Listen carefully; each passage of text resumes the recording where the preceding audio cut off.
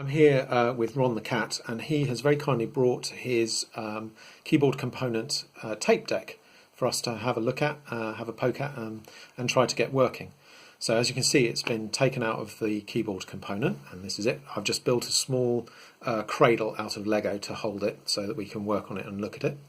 And so here we go. I'll give it a quick spin around so you can see the front, and the side and the back. So this will be the first of hopefully two videos, before and an after, just to give you a bit of a review of where things are and where we get to.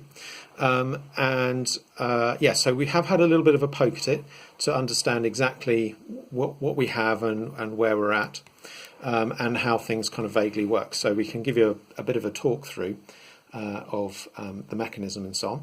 So the first thing is over on this side over here we have the eject mechanism. So there is a solenoid that will actuate under computer control, and it will then flip this lever, and this is the emergency exit mechanism. And as you can see, then the tape mechanism opens, the tape door opens.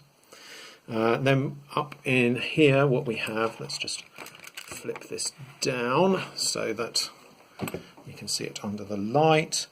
So we have the usual capstan here, pinch roller, the head read write. This little guy here we believe is the lead or the tape detector in terms of whether the tape has reached the end. So it's a small light emitting diode and receiver there, which will pick up the transparent tape leaders, we believe. Got the raise head, and then all of that kind of electronics is connected up to, let's just put this back down.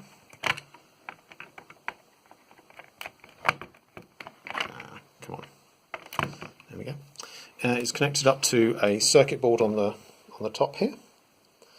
And we believe, we're not certain, but we believe fundamentally this is interfacing between the tape head and then two ribbon cables head off to the tape I/O board inside the keyboard component.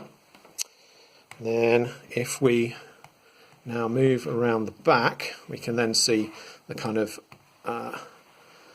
electrics and of the system. Let's move those out of the way like that. So what we have around the back here, oh come on, there we go. So what we have around the back here is two motors. So this one here is the main drive motor. Yeah, let's just bring that around into the light, that's a bit better. We have the main drive motor here with a single belt that goes up onto this flywheel, and the flywheel then reaches through the mechanism and directly drives the capstan on the other side. Down the bottom here we have a second motor here, and that drives the fast forward and rewind, we believe. Then as well as the solenoid on the front that actuates the door, there are two more solenoids. So there's one here and another one in under here, and these we believe bring the tape head backwards and forwards and into contact with the tape, and bring the pinch roller into contact with the capstan.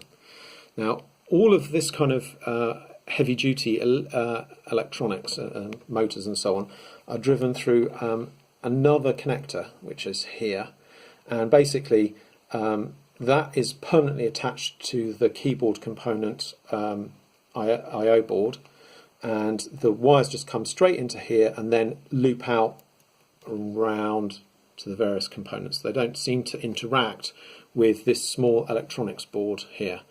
Now this electronics board is still a little bit of a mystery to us.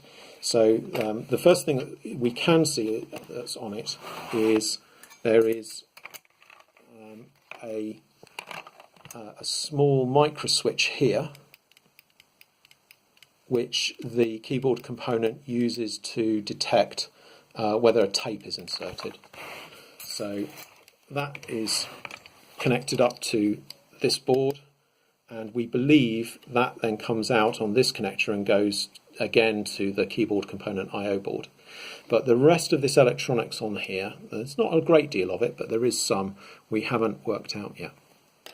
So, what is the state of this tape deck? Well, I've given it a little bit of a poke with a not terribly expensive power supply, and it looks as though all the motors are working and all the solenoids are working. We can show that to you in a moment. And it, yes, so it looks as though it's in reasonable condition. The belt is still there. This is still the original belt. It seems to be in kind of okay nick. We'll hopefully replace that later. It looks as though there is only one belt. We're not certain because we haven't taken it apart yet.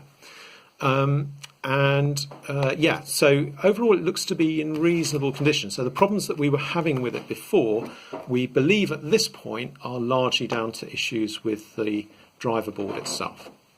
So I'm going to hand the camera over to Ron now, and we'll see if we can get some of this working to show you how it all works. So all I have is a couple of wires. Obviously we mapped out all of the connections first just to make sure that we weren't going to blow anything up.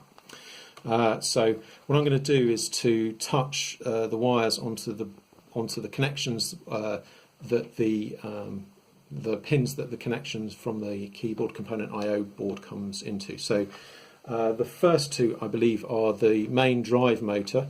So if we touch these like this, we should see the main drive motor is now turning. I'm not sure if that's going to be visible on the camera, but the flywheel is turning, and as I said, the flywheel is directly connected through the chassis to the capstan. So the second set of connections, I'm going to turn this round, go to the solenoids. Let's get this the right way around. First of the two solenoids, and you can see, I think, that the tape head is moving slightly, but not all the way in. Now we're not 100% certain what this is. This might be a pause mechanism. I've seen a pause mechanism do this on other tape decks. So it kind of holds the heads ready, but doesn't fully engage. The next one is the second solenoid, and that should, I think, has that brought the tape heads all the way in. Now, the interesting thing with this is that these solenoids draw an awful lot of current, like nearly an amp. So they're going to place quite a load on the I/O board, which is interesting. The next two, I believe, then are the last two, which are the fast forward and rewind. So we should see a bit of the old fast forward action. Is it going round and round? And if we reverse the polarity on these two, we, I think, should see it rewinding. Now this is where we have a little bit of a problem. We might need a bit of cleaning because it's not turning nearly as quickly going backwards. So we need to have a little look at that and work out quite what's going on there. And then for the eject mechanism, that isn't controlled by that board on the back. That actually directly feeds in on this this connector here.